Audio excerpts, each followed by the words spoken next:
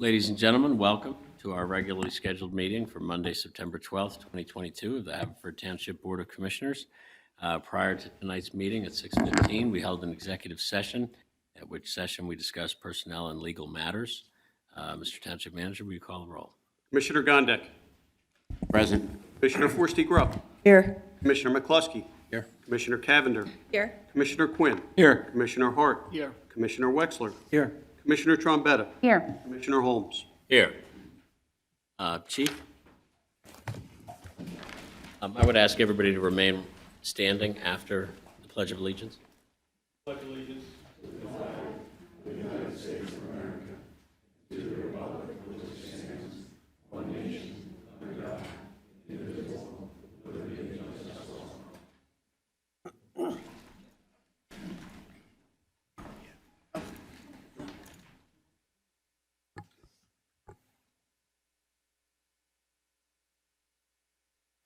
Thank you, Commissioners.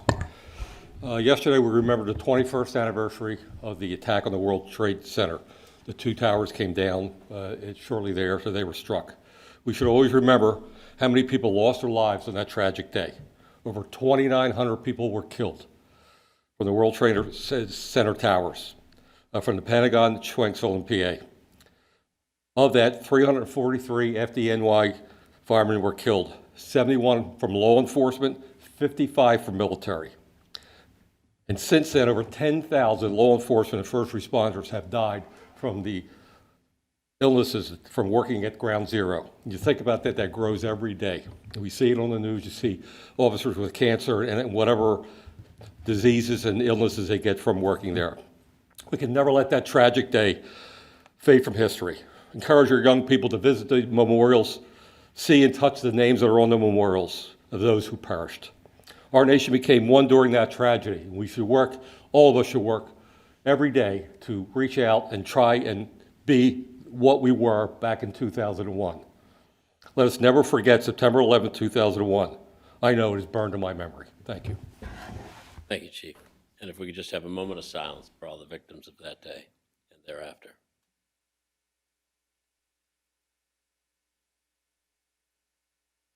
Thank you.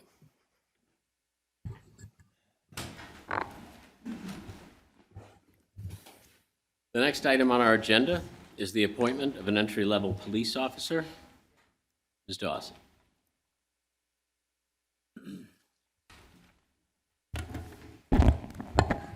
Good evening, Commissioners. I'm here in my role as the Administrator of the Civil Service Commission. This board approved the list of candidates eligible to be hired as an entry-level officer. At this time, the Civil Service Commission is requesting the following candidates be approved to be hired as an entry-level officer: Curtis Minor, Craig Bruno, and Andrew Fridley. Thank you, Ms. Dawson.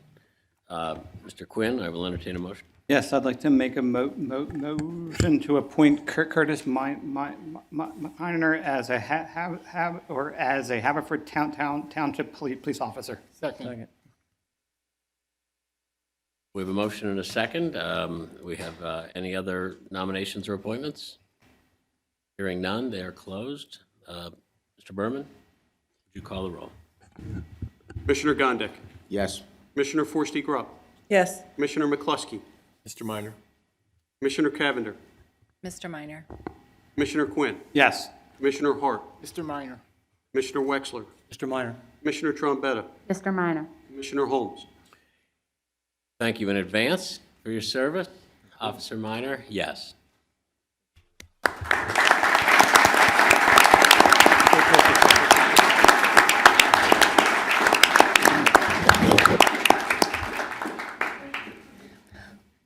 On behalf of the Civil Service Commission, I'd like to thank you all for approving Mr. Minor's hire, and we're always delighted to provide the service to both the commissioners as well as the township. Thank you. Thank you. Thank you, Ms. Dawson, for your service. So Curtis Minor was born in New Jersey at 36 years of age. He has 4 children, Zoe 11, Maxwell 7, Jackson 3, and Olivia 4 months. Curtis resides with his fiancee Heather. He graduated from Washington Township High School in 2004. He then earned his Bachelor of Science degree from Wilmington University in 2011. Curtis graduated from the Philadelphia Police Academy in 2017 and has been employed as a Temple University police officer since then. He was promoted to the rank of corporal at Temple in 2021. Curtis, congratulations. Thank you, Chief. Okay.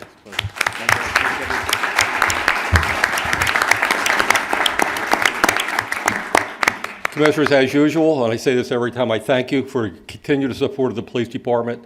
It's the backbone of our community, and we deeply appreciate your continued support of it. Thank you. You are most welcome, Chief. Do you guys want to get some pictures, or are you doing it? We will now move to the next item on the agenda, Citizens Forum. We will have, I have 4 registered speakers. After the registered speakers, we will have 20 minutes for people who want to speak on items on the agenda. And then, as we do, anybody who wants to speak who did not register on an item that is not on the agenda, we come back to that at the end of normal business in this meeting. So, first on our list is Patty Lake Quinn.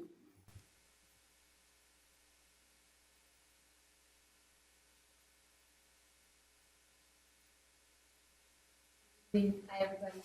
Good Thank you evening. for on this time to talk about that. I'm here to promote and talk about a charitable event that we're hosting. Day ALS Marathon. All-day basketball marathon. Honor from the best high school. Saturday, October 1st. What this is all-day basketball games, 15 high schools, 6 girls' high schools, 2 boys' high schools, Phillies, Walboro. That comes, we have events going on. Raise money for research.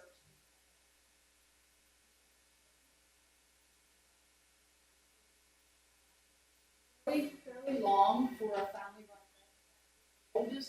Longest running family-run event in the United States for us.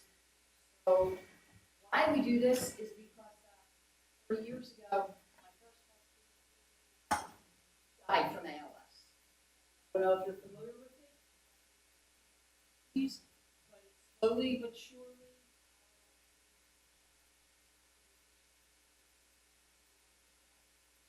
Walk, move, swallow, and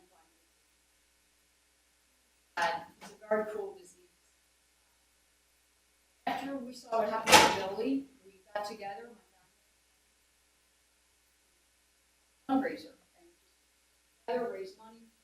Big basketball player himself, and good method to promote the cause, raise money, give it to scientists for research. Going well, actually. Last AMX.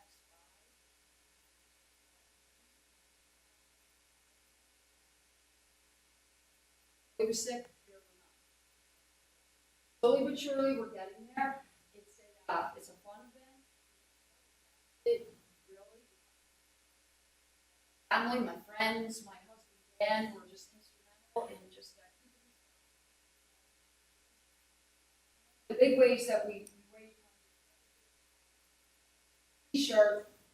All the high school players wear these shirts. A lot of local businesses. Us, we put their names in photos or whatever, and we raise money. So I invite any businesses that are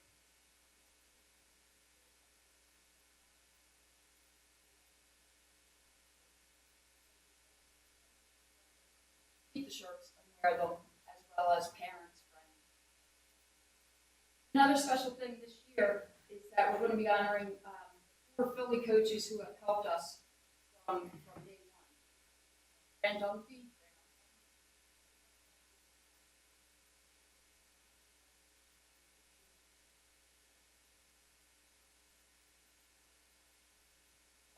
we have a website, phillylake.com. All our information is there. anything that you need.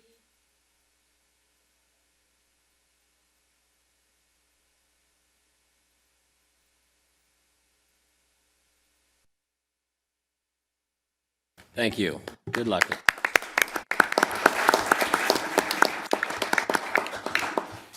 Next on our agenda is Mr. Lee, I hope I say your name right, Molyneux.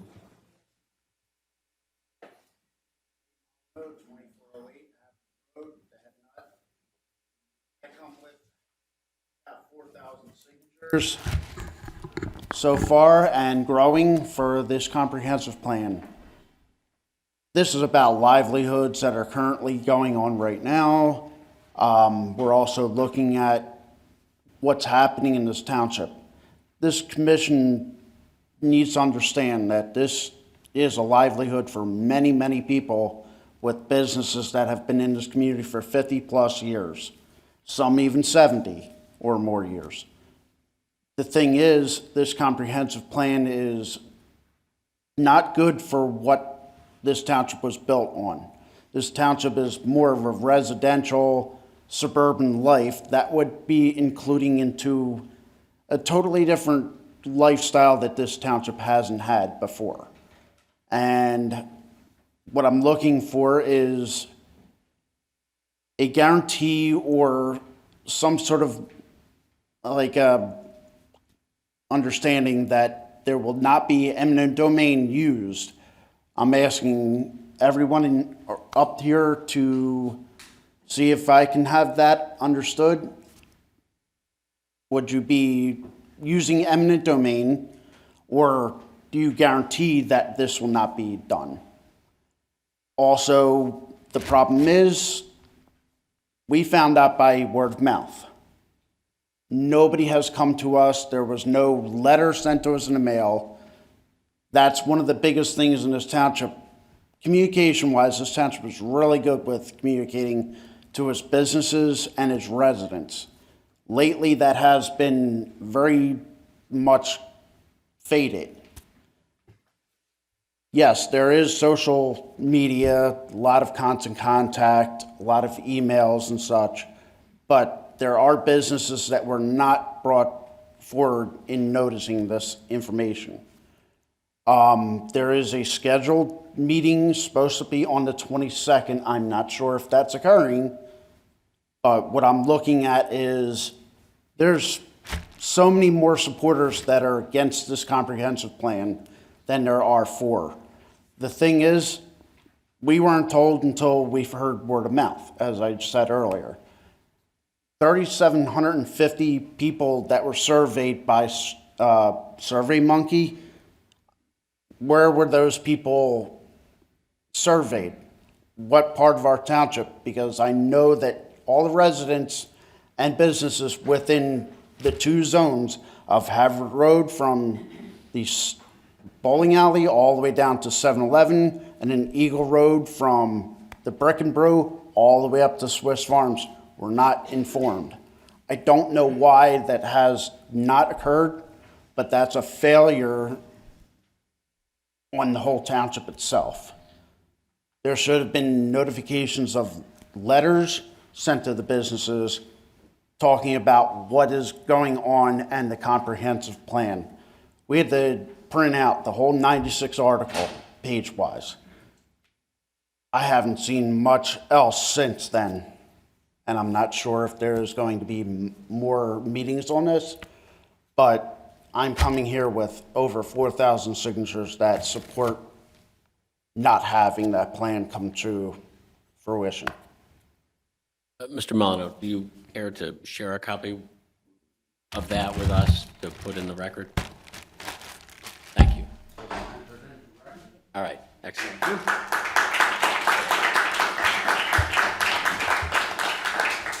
I'd like to ask you, Commissioner, for the 9th Ward, which is where we are. 6th Ward, sorry, I am wrong. For the 6th Ward, why weren't we contacted on that from you directly or your office? So we will address all of these comments when the citizens forum is over, and our township manager is actually going to be presenting on what was done out there. And so we'll continue with the comments now, and then we will be addressing them all. And I have a number of questions from you here, and we will answer them. Okay, great. Thank you very much. You're welcome. Thank you, Mr. Milano. Next on the agenda is Mike Wilson.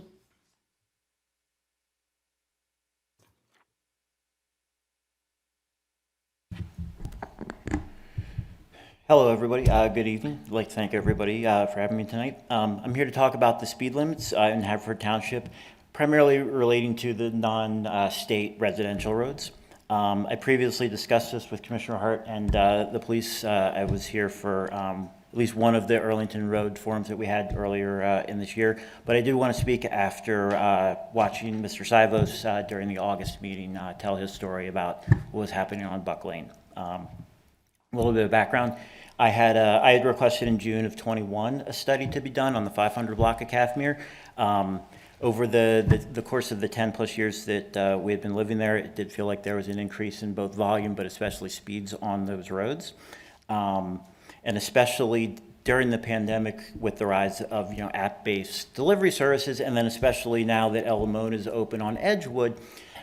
Previously Edgewood Cafe was more of a sit down. El Limon now has a lot more of the delivery based. We can see the drivers driving by with the apps pretty consistently. At the time of that speed study, the posted limit was 15 miles an hour, both ends of the block.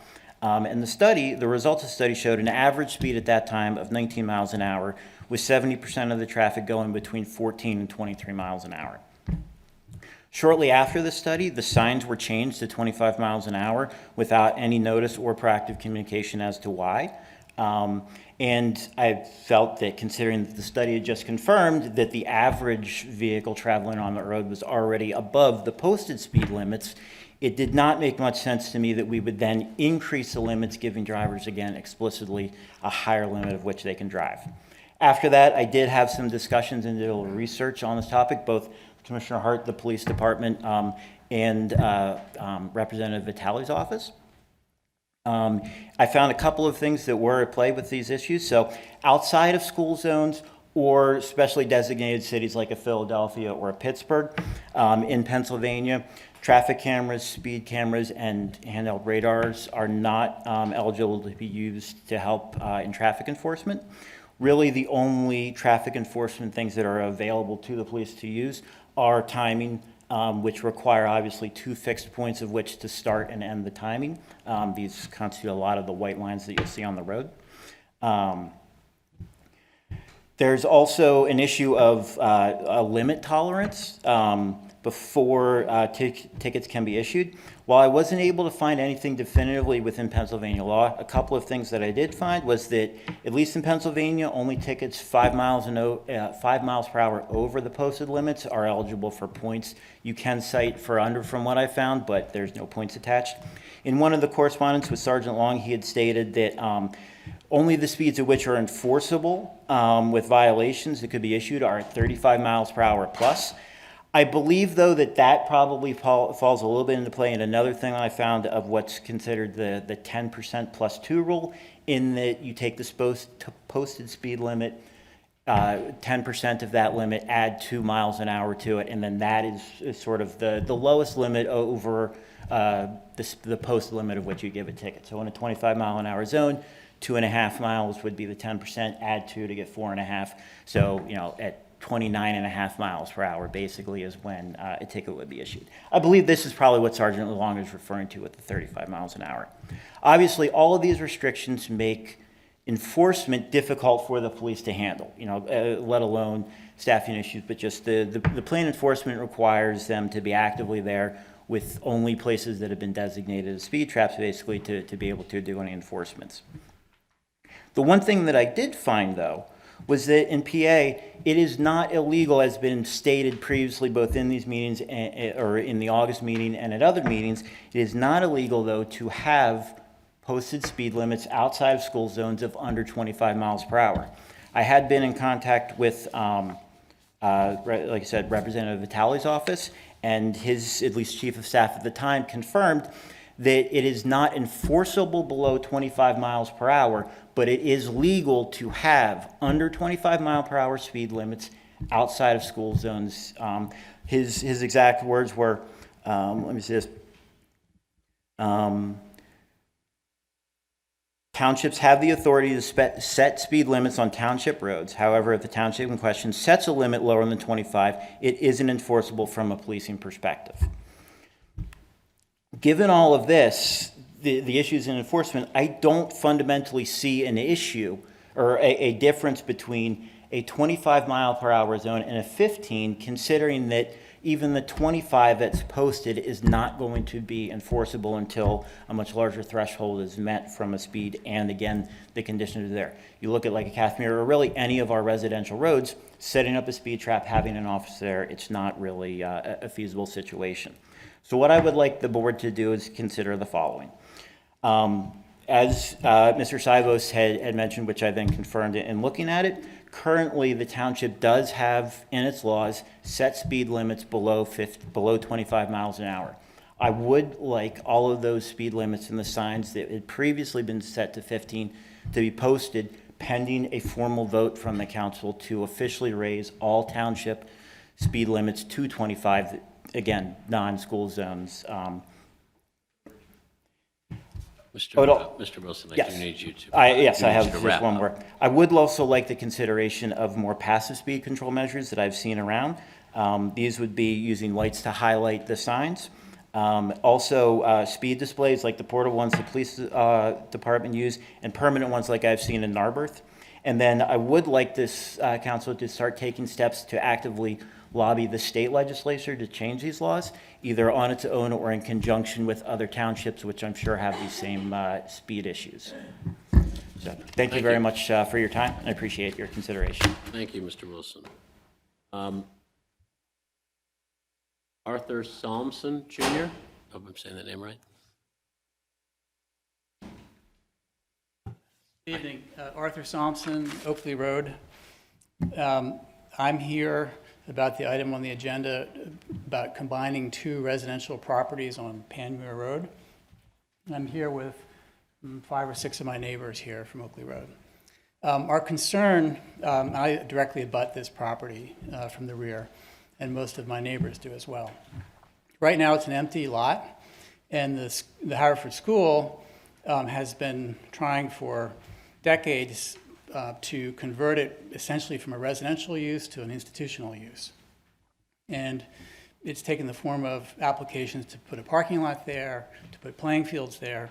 And our concern is that by combining these lots, it will lead to either putting new parking lots there because there'll be more impervious, non-impervious land there, or it will lead to additional structures which might start off as residential structures, but over time gradually start to be used as school institutional uses. So that's our concern, and I wanted you to be aware of it before the matter came up. At the last hearing on the 11th, the school's council committed to not having any additional structures, not having any additional uses, and other things for that property, and we'd like to see those kind of commitments again. Thank you. Thank you, Mr. Sampson. That concludes the registered speakers for the evening. At this point, I can invite members of the public who would like to speak on agenda items. So starting here on my left, is there anybody who would like to speak on an agenda item in the first row? The second row? Third row? Fourth row? Fifth row? Last row? Anybody here on the right like to speak on an agenda item? First row? Yes, sir. Just please identify yourself. And My name is Charles Miller. Well, no, come to the... My name is Charles Miller. I'm counsel for the Haverford School. I'm here on behalf of my partner, Don Petroza, who is lead counsel. Also with me is the head of schools, Tyler Casertano, and we just wanted to briefly address the board about the item agenda for the lot consolidation, the proposed lot consolidation. So I think since that is an agenda item that you are specifically parties to, I would expect that conversation to take place at that time. If you'd rather do it then, that's fine. After we have moved and seconded the consideration of the resolution, we will invite you up to speak at that time. I appreciate that. Thank you. Great. Is there anybody else on this side of the aisle who'd like to speak on an agenda item? Yes, sir. I'm Charles Birch. Please, no, come up to the mic first. Thank you. It has to be picked up. I'm Charles Birch, also on Oakley Road. My property, our property abuts these two lots, which they're trying to combine. And for us, it's very, very important for us to maintain the residential nature of our neighborhood. And historically, there's been this kind of, I won't call it a conflict, but this kind of pushback where the school is constantly trying to use the property for school uses. In the same lot, they applied for tennis courts, which we were, thank goodness we were successful in stopping that. Recently, they applied to put in a large parking area that I believe was stoned. And I think that was refused or denied by you all, and thank you for that. So for us, it's very important to maintain that while working in harmony with the schools that surround us. So thank you. Sir, could I just ask you your name again? Charles Birch, B-U-R-C-H. All right. Thanks. Thanks. Is there anybody else on this side of the room who'd like to speak on an agenda item?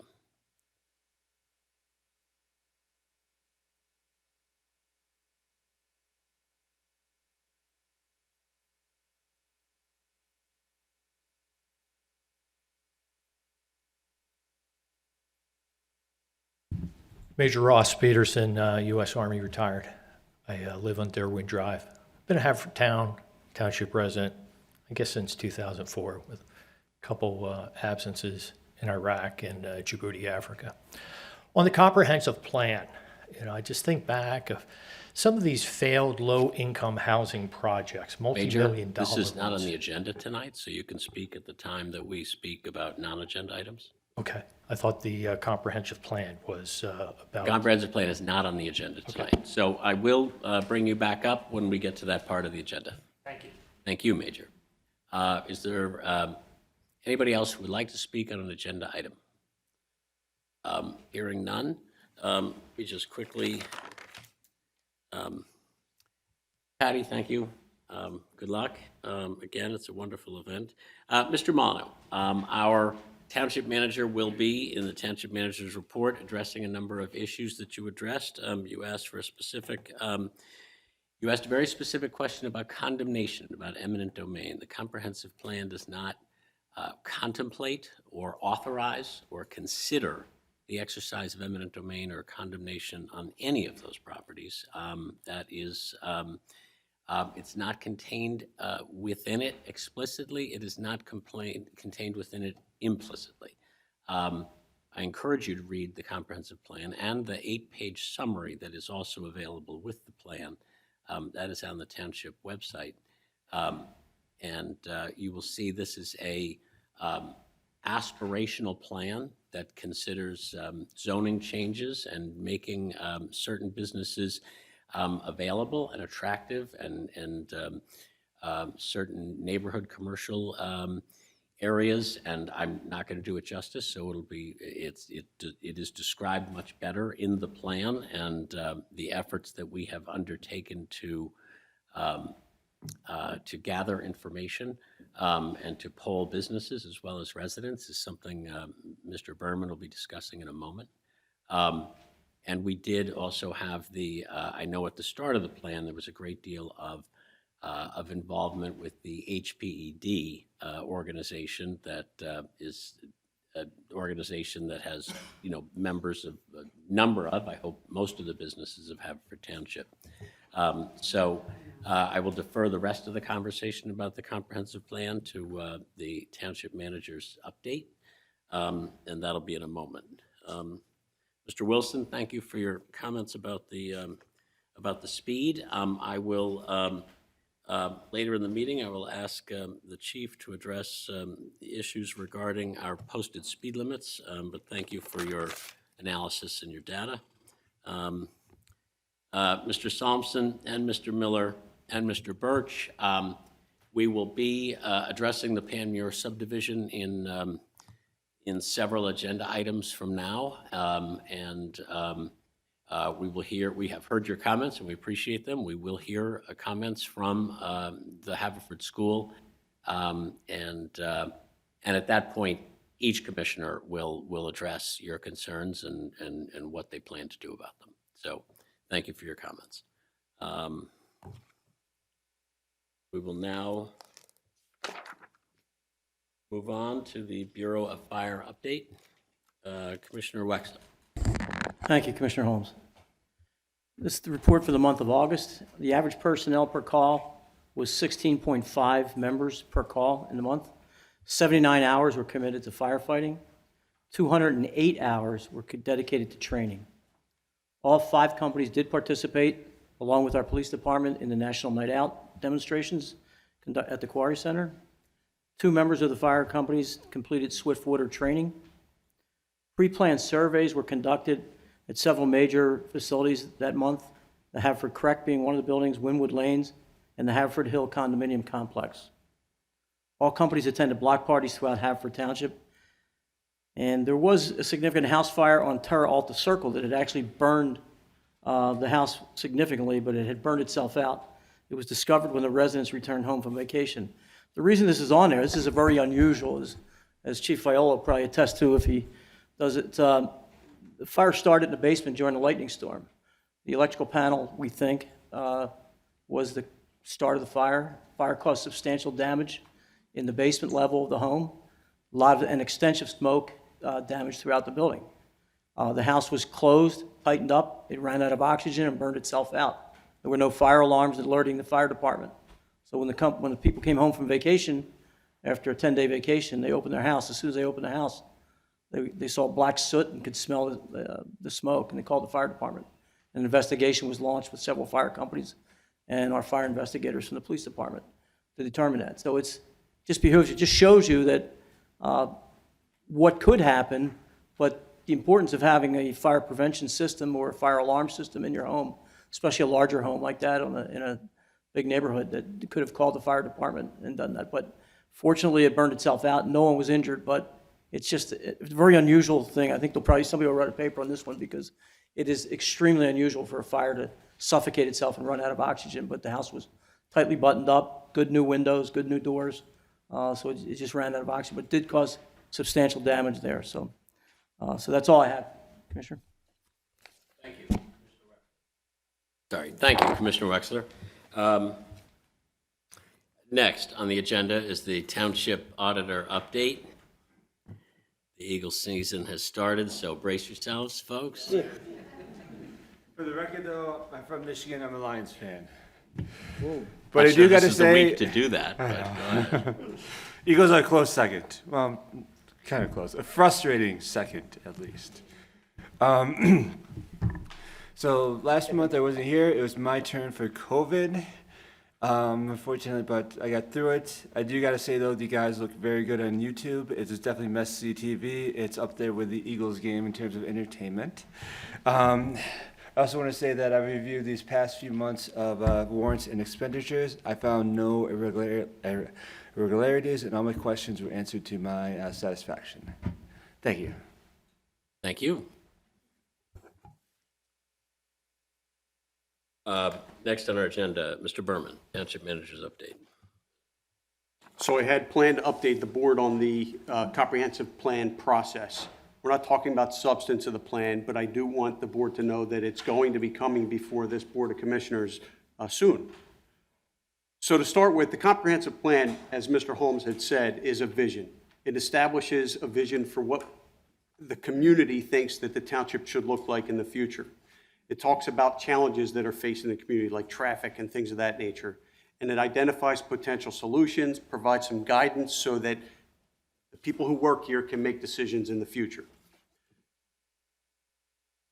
The state law requires the township to take a look at its comprehensive plan every 10 years. This township, of course, has done that, and not much has changed since the last complete update, which was in 1988. So in 2018, prior to my arrival here, the board started a process where they were going to take a thorough look at the comprehensive plan. They issued an RFP, they went through a selection process, they hired a consultant, and that contract was awarded in July of 2019. A steering committee was formed, and that steering committee has met numerous times. Now, these are volunteers from the community, folks who are giving up their own time to come in and do the best they can to conduct the outreach that's necessary to gain public input on the comprehensive plan. They've met more than monthly since September, I believe it's more than monthly on average, since September 2019 through January of this year. They conducted a citizen survey online in February 2020. They had hoped to do a public workshop early in 2020, but that had to be postponed, obviously.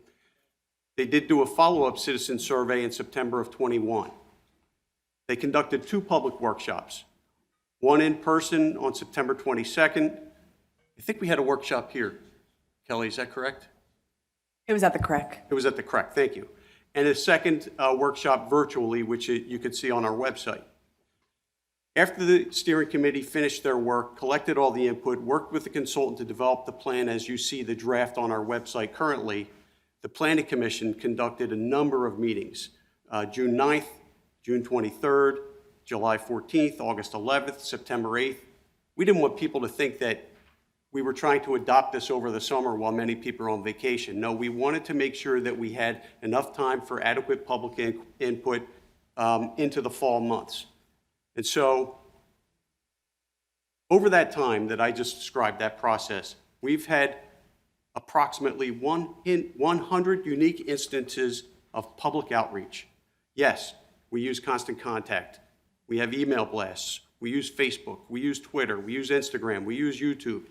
We make announcements here at these meetings. I know the Civic Council has made announcements about it. And I know the Haverford Partnership for Economic Development has made announcements about it. I know individual commissioners have also sent email blasts to their constituents about it. So again, that's over 100 instances of public outreach, yes, electronically. But we've also done outreach through our newsletter, where we've had full pages of our newsletter dedicated to the comprehensive plan process. And they're sent via U.S. mail to every address in the township. So we are getting this information out to the best of our ability. We're still in the process, right? So we've gone through all those steps that I talked about, and it's been a ton of work for a lot of volunteers. The Planning Commission, which is also volunteers, met 5 times to get public input on the comprehensive plan. I don't know how they do it. They're volunteers, but it's absolutely incredible. So I know that the Planning Commission intends to vote on a set of recommendations related to the comprehensive plan. It is my understanding that they plan to do that on September 22nd. So at that meeting, they'll discuss the public input that they've received in general ways. They will develop hard recommendations that will go along with the comprehensive plan and be delivered to the Board of Commissioners for further consideration. So the public comment that they've received so far will be included in their consideration of this whole process. The chairman of the Planning Commission plans to attend the Board of Commissioners work session on October 3rd here in this room at 7 o'clock to present the recommendations of the Planning Commission so the Board of Commissioners can hear it firsthand. Subsequent to that, there'll be public hearings in this room with the Board of Commissioners. There'll be a review, a public review period, another public review period where we have to send it to the Delaware County Planning Commission with any of the recommendations that the Board of Commissioners feels are need to be included in the plan. So there's still much time to go in the process, and I just wanted to include that so the board was aware of kind of all the behind-the-scenes work that's going on, and also to recognize our volunteers who have put in a lot of effort to develop the comprehensive plan. Thank you, Township Manager. Is there anything else in your update on any other topic? That's all I have at this point. Okay, terrific.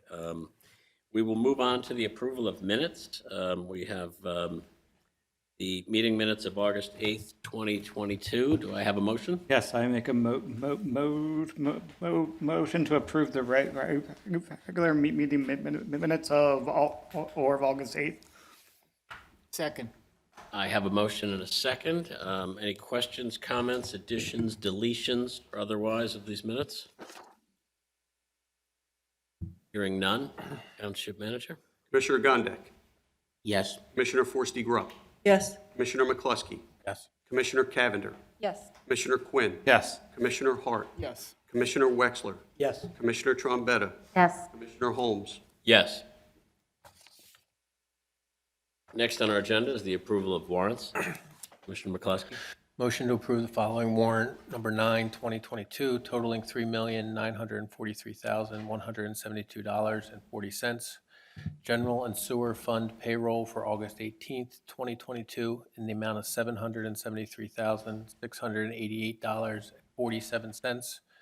General fund payroll for September 1st, 2022, in the amount of $694,587.24. General fund disbursements, number 9, 2022, in the amount of $1,387,264.25. Sewer fund disbursements, number 9, 2022, in the amount of $733,352.06. Community Development Block Grant Fund disbursement, number 9, 2022, in the amount of $120,074.20. Capital Projects Funds disbursement, number 9, 2022, in the amount of $85,588.43. American Rescue Plan Fund disbursement, number 9, 2022, in the amount of $129,525.55. Credit card statement ending August 27th, 2022, in the amount of $19,092.20. Second. I have a motion and a second. Any questions, comments, additions? Hearing none. Mr. Township Manager? Commissioner Gondik. Yes. Commissioner Forresty Grubb. Yes. Commissioner McCluskey. Yes. Commissioner Cavender. Yes. Commissioner Quinn. Yes. Commissioner Hart. Yes. Commissioner Wexler. Yes. Commissioner Trombetta. Yes. Commissioner Holmes. Yes. Item number 9, the annual minimum municipal obligation.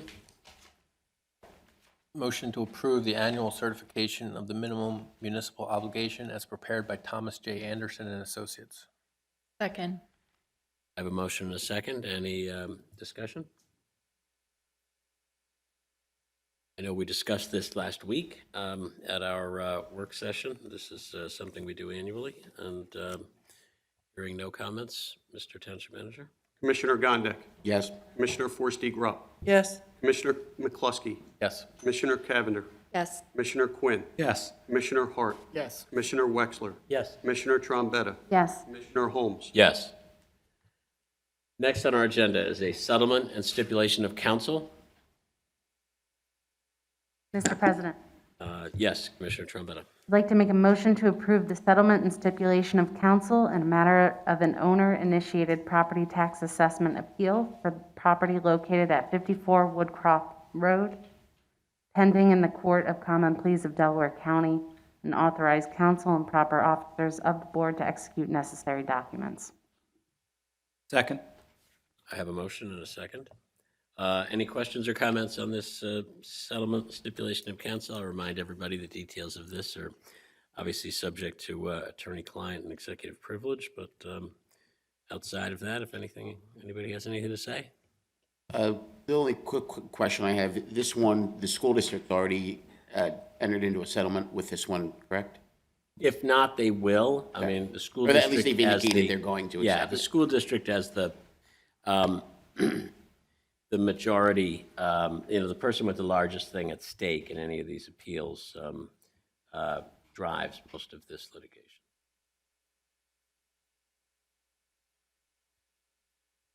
They did.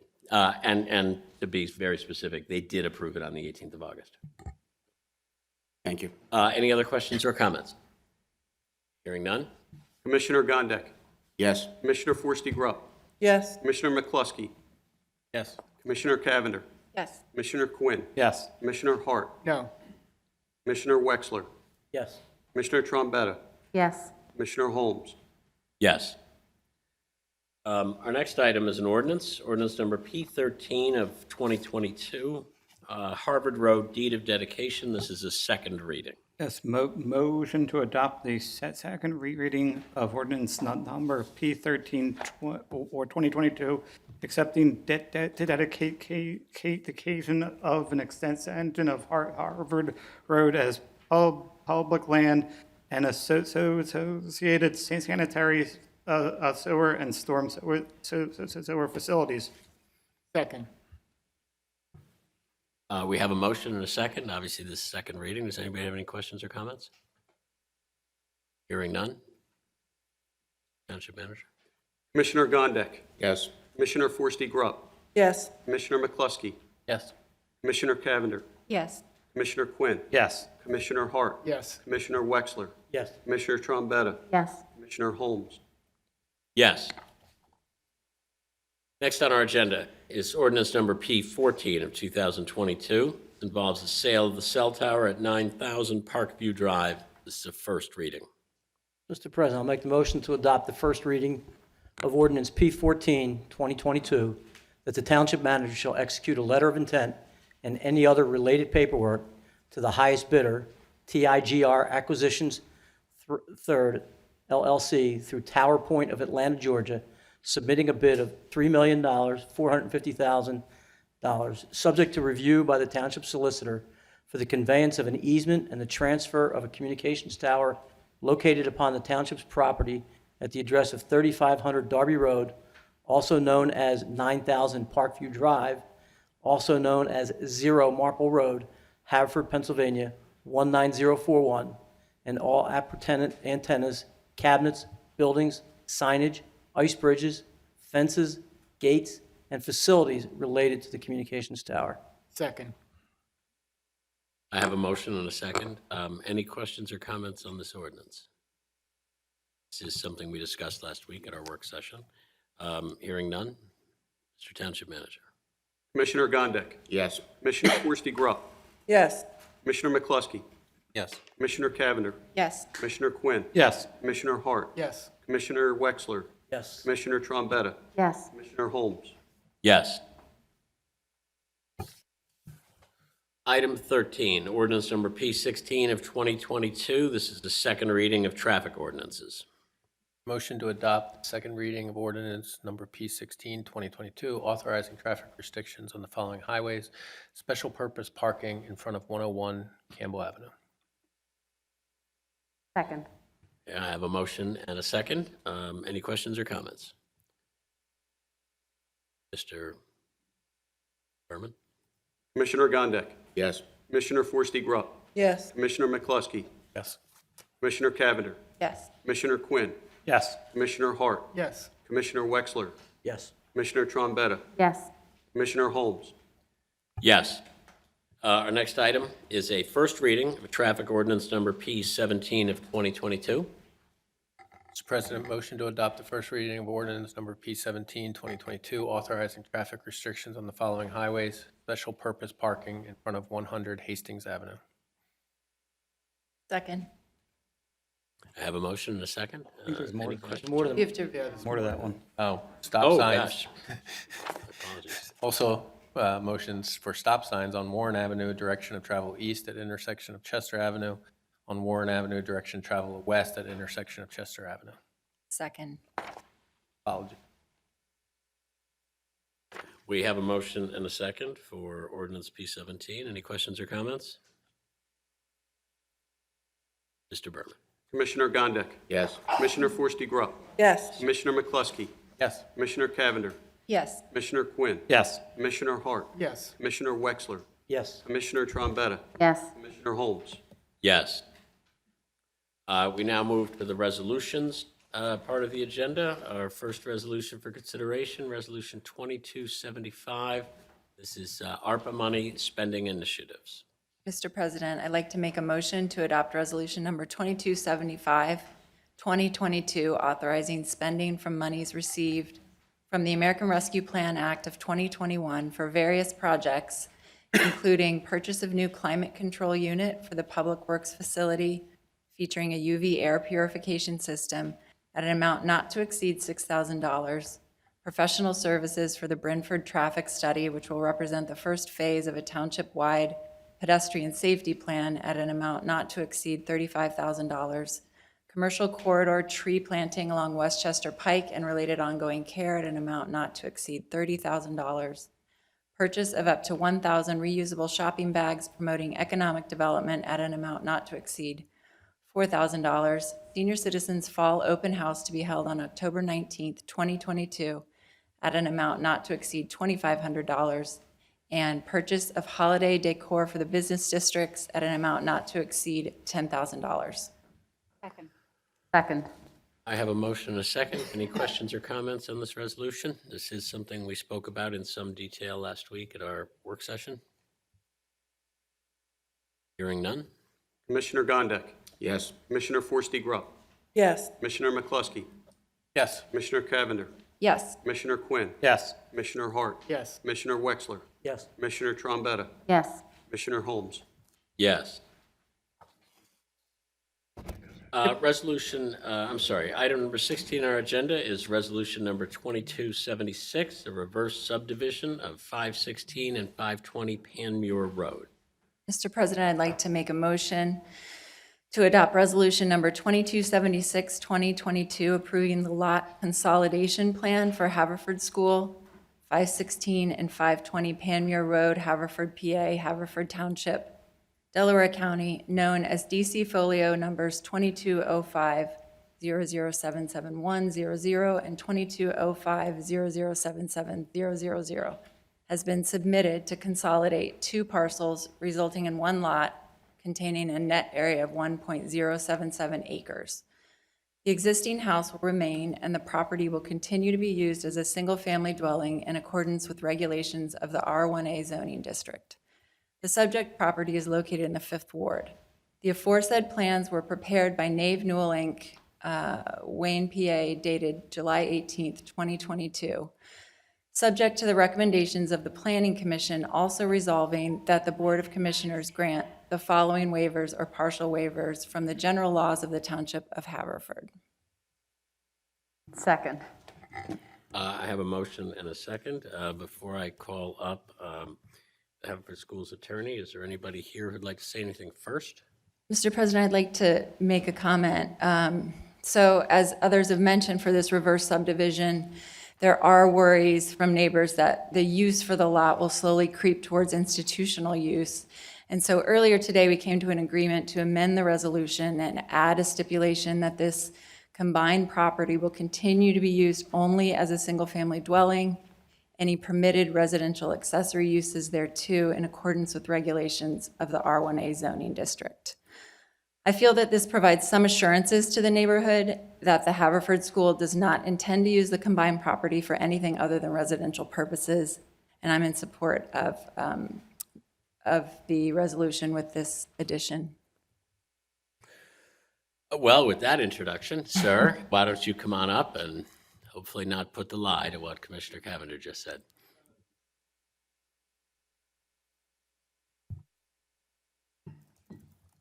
Again, Charles Miller, on behalf of the applicant. I'll be very brief because I think that condition should alleviate those concerns. And I would suggest that by combining these lots, it'll actually decrease some of those concerns because now everything is tied to the single-family dwelling, and any proposed use or additional development would have to be in connection with that use. I did want to just make a brief comment on one of the concerns or one of the issues raised by the neighbor about a commitment that no additional structures or buildings. That had apparently been raised at a prior hearing. My partner was at that meeting, I was not, but we talked about this because this issue was raised. This application does not propose any development. However, I think there was a misunderstanding there because what was said was that this application did not propose any development or anything of that nature. However, I would expect if the board were to grant this resolution that if the school would come before this board or come before a zoning hearing board or whatever the case may be, that they would still have consideration of any proposed development, meaning an addition to that building, the existing dwelling, an accessory shed, or something of that nature. Anything that's traditionally allowed for single-family dwellings would still be permitted. They would be permitted to do so as any other single-family dwelling would be able to do so within the confines of the township's ordinance. And, I want to make sure that that's clear, that there was not that commitment. There was no commitment of not doing anything. It was just that this application doesn't propose to do anything of that nature. So, Mr. Miller, I just to make sure the parties are all in, are speaking the same language. The understanding the board has is that your client is committing to staying within the confines of the restriction of the R1A zoning district. Is that Absolutely. correct? That's correct. Ms. Cavender, does that address your concerns? It does, I think. Sorry, excuse me. It does. Thank you for the explanation. Thank you for coming. I think, with the understanding that an accessory shed is part of a single-family dwelling and not for the athletics department, I don't think I think what we're proposing here addresses some of the concerns, so thank you for that. Thank you. And the head of schools is here, just in a matter of being brief. I don't know whether the board would want to hear from him, but I know that he would suggest that they intend to use it for his family and would use it only with respect to that use. The head of schools is certainly welcome to come before us if he would like to say anything. Thank you very much for your time. I'm Tyler Casertano. I'm the head of Haverford School. My wife Annie and I began here with our two young kids last summer, not this past summer, summer of 2021. And we certainly understand the concerns of our neighbors, and it's very important to us as a school to be good neighbors, and in this instance, it's very important to me for our family to be good neighbors to them. And just to echo the points before, I think this lot consolidation is a statement by the school about its long-term use of this as our home. There have been challenges in the impervious nature of the larger campus before, and the school actually just bought 43 acres of land in Radnor Township to alleviate some of that. So that makes actually this lot consolidation, I think, more reasonable to us, that we know we won't need that impervious usage later on for any other type of use that we would need a variance for. But I just wanted to say how excited I am and my wife Annie is to move into that space and to hopefully raise our family there and to live there for decades and to be great neighbors to these folks. So thank you all. Well, welcome. Thank you. Do any other commissioners have any questions or comments? Mr. President, Yes, Commissioner Trombetta. and forgive me, you did step away, but to be clear, it does sound like there is a plan. The purpose of this consolidation was to allow for some type of building, an additional deck. Is that correct? Thank you. That is correct. The proposal, if the board consolidates a lot, their proposal will be for a 462 square foot addition to the existing dwelling in the rear of the property. And that would require a building permit only. It's not wouldn't be considered land development. Understood. Thank you. Before Mr. Miller leaves the podium, does anybody else have any questions for him? Thank you. Thank you. Does anybody have any comments or questions generally? Hearing none. Berman? Commissioner Gondek? With the clarification of the single-family use of this property, I vote yes. Commissioner Forresty-Grubb? Yes. Commissioner McCluskey? Yes. Commissioner Cavender? Yes, with the Commissioner addition. Quinn? Yes. Commissioner Hart? Yes. Commissioner Wexler? Yes. Commissioner Trombetta? Yes. Commissioner Holmes? Yes. We now consider resolution number 2277, 2022. This is item 17 on the agenda, subdivision at 0 Darby / 4008 Darby Road. Mr. President. Oh, yes, I'm sorry. Commissioner Trombetta. I'd like to make a motion to adopt resolution number 2277, 2022, approving the preliminary / final plan of subdivision for E-Build Construction LLC, 0 Darby Road, Bryn Mawr, Haverford Township, Delaware County, adjacent to 4008 Darby Road, has been submitted to subdivide an existing parcel into 2 lots. Lot 1 is proposed to be a 22,346 square feet and Lot 2 is proposed to be 22,357 square feet, with a new single-family dwelling and related improvements proposed on each lot. Additionally, a 705-foot low-pressure sanitary sewer main extension is proposed with a connection to an existing manhole near Brennan Drive. The property is within R1A residential zoning district and is located within the 4th Ward. The aforesaid plans were prepared by Catania Engineering Associates, Inc., Millmont Park, PA, dated June 24, 2022, and the last revised July 14, 2022, subject to the recommendations of the Planning Commission. Second. I have a motion and a second. This was discussed last week at our work session. Does anybody have any questions or comments? Hearing none. Commissioner Gondik. Yes. Commissioner Forresty Grubb. Yes. Commissioner McCluskey. Yes. Commissioner Cavender. Yes. Commissioner Quinn. Yes. Commissioner Hart. No. Commissioner Wexler. Yes. Commissioner Trombetta. Yes. Commissioner Holmes. No. Next on our agenda, resolution number 2278 of 2022, designation of an agent for the Winfield Drive project. Mr. President, I'll make a motion to adopt the resolution 2278-2022, authorizing David R. Berman, Township Manager, to execute for and in behalf of the Township of Haverford all required forms and documents for the Flood Mitigation Assistance Program. Second. I have a motion and a second. Any questions or comments? This is also something we discussed last week at our work session. Hearing none. Commissioner Gondik. Yes. Commissioner Forresty Grubb. Yes. Commissioner McCluskey. Yes. Commissioner Cavender. Yes. Commissioner Quinn. Yes. Commissioner Hart. Yes. Commissioner Wexler. Yes. Commissioner Trombetta. Yes. Commissioner Holmes. Yes. We now move to purchases on our agenda. The first purchase is on behalf of the Lanark Fire Company. Mr. President, I'll make a motion to award the purchase order for repairs to the Lanark Fire Company Tower 34, to Campbell Supply of South Brunswick, New Jersey, the sole source provider of parts and service by the original equipment manufacturer in the amount of $23,993.69. Second. We have a motion and a second. This is something we discussed last week. Is there any questions or comments tonight? Hearing none. Mr. Berman? Commissioner Gondik. Yes. Commissioner Forresty Grubb. Yes. Commissioner McCluskey. Yes. Commissioner Cavender. Yes. Commissioner Quinn. Yes. Commissioner Hart. Yes. Commissioner Wexler. Yes. Commissioner Trombetta. Yes. Commissioner Holmes. Yes. Our next item is a purchase, the authorization of a purchase of equipment at Freedom Playground. If you would allow me, I would like to read the motion as it is slightly changed from what is in our agenda, and then I will invite someone to formally move it.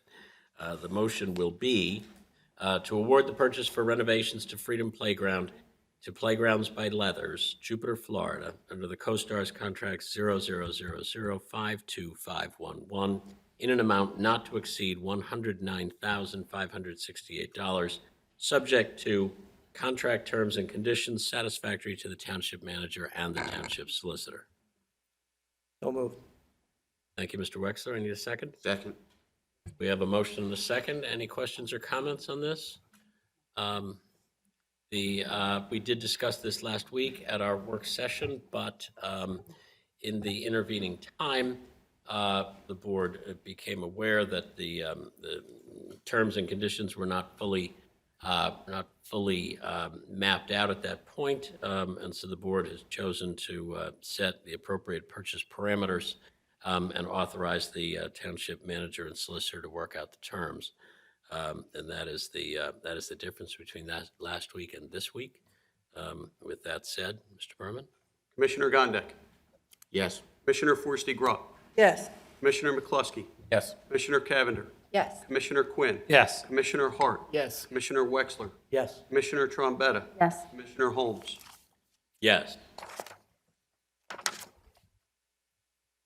Finally, we have a contract for Nider Hall chimney, the chimney stacks, and stucco repair. I will entertain a motion. Mr. President, Yes. I'd like to make a motion to award the Nider Hall chimney repair work to BJK Masonry and Restoration, Havertown, Pennsylvania, in the amount of $17,300, submitting the lowest responsible quote. Second. I have a motion and a second. Any questions or comments? Hearing none? Commissioner Gondik. Yes. Commissioner Forresty Grubb. Yes. Commissioner McCluskey. Yes. Commissioner Cavender. Yes. Commissioner Quinn. Yes. Commissioner Hart. Yes. Commissioner Wexler. Yes. Commissioner Trombetta. Yes. Commissioner Holmes. Yes. That finishes the portion of the meetings where we take official action. Next on our agenda is the continuation of the Citizens Forum for any non-agenda items. I ask folks who wish to speak to try to limit their comments to 3 minutes. I went over that with everybody. We went over that time with everybody earlier today, but and I have no idea how many folks want to speak this evening. So again, I just ask folks to be conscious of the time. That said, is there anyone to the left here in the front 2 rows who would like to speak on a non-agenda item? Is there anyone in the next row after that? Yes. Just let us know your name. Good evening. My name is Elena Wisely. Wasn't planning on speaking tonight, so I apologize. But Mr. Holmes, you said something that I was concerned about. You said that you wouldn't do it justice. And my worry, actually, for the entire commissioner board is that you may not fully understand what this implicates and what it's going to do. I've always felt like if you can't explain something to a child, then you don't fully understand it yourself. So if you would all be prepared to explain it to us as if we were children prior to voting on it, that would be greatly appreciated. Additionally, you made it very clear that there is not going to be all these things in place. Condemnation and eminent domain. Thank you. However, rezoning is on there. Does that rezoning displace any current businesses? So the way we do this, just for the rest of the folks who are going to speak tonight, we will hear everybody's comments, and I'll write down everybody's questions, and then we'll answer them at that time. But the spoiler alert, no, rezoning does not affect any existing business.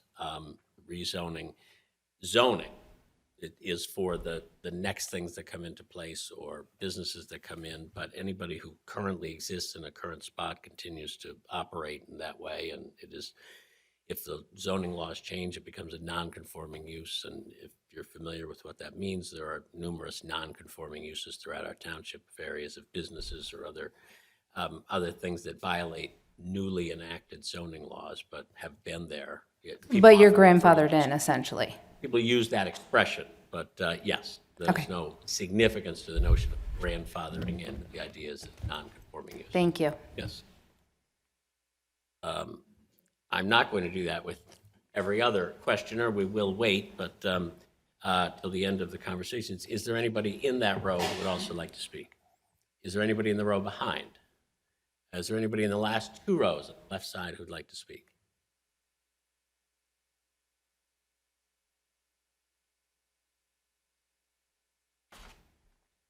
Yes. Good evening. I'm Helene Conroy Smith. I reside here in Haverford Township on Westwood Park Drive.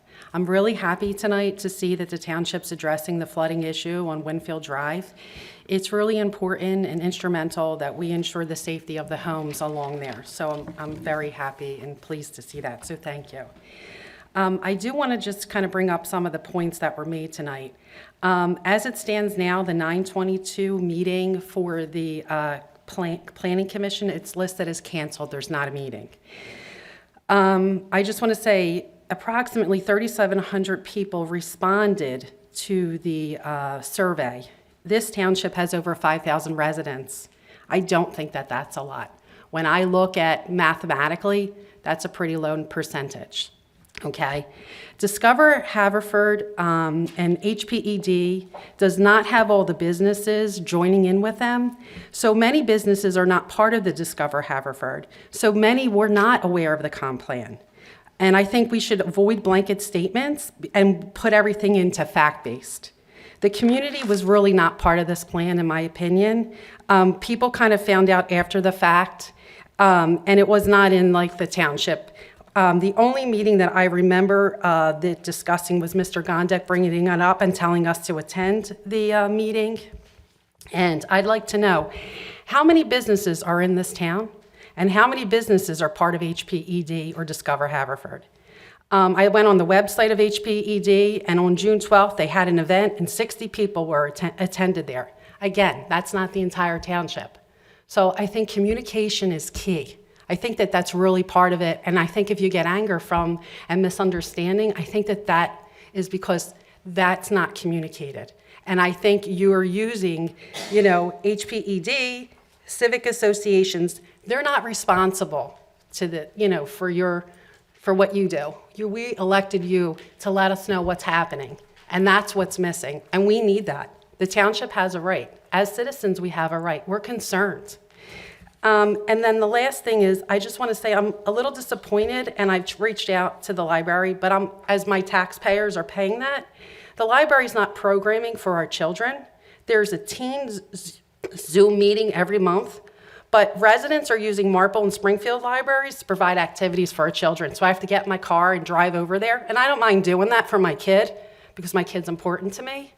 But I think if we're talking about, we want to save the climate, let's do a better job and get this library going and open up for our kids. Thank you. Thank you. Is there anybody else on the left side of the room who'd like to speak? Is there anybody here on the right side of this? Oh, yes, absolutely. Good evening. Good evening. Good evening to you all. My name is Dorothea Di Giovanni, and I live at 2229 Haverford Road, and I've lived in Havertown all my life, and it seems that many people who responded positively to the proposed plan are not from the same neighborhood that I am. When you look at it from where I stand, we need to protect the businesses that are already there. I hear development, new business, new residents. The businesses that are there actually need to be protected, and I think the people who spoke in favor of changes on Eagle Road and Haverford Road, they weren't necessarily looking at the quality of that we already have. I mean, Haverford Township was not meant to be, a corporate business place. It's neighborhood, and that's what we have. That's what we want to keep. So, any decision making to make changes should be lean in favor of the businesses that are already there. That's all. Thank you.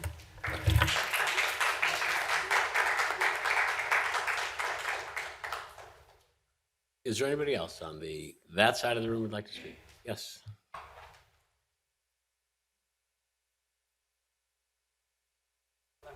Hi.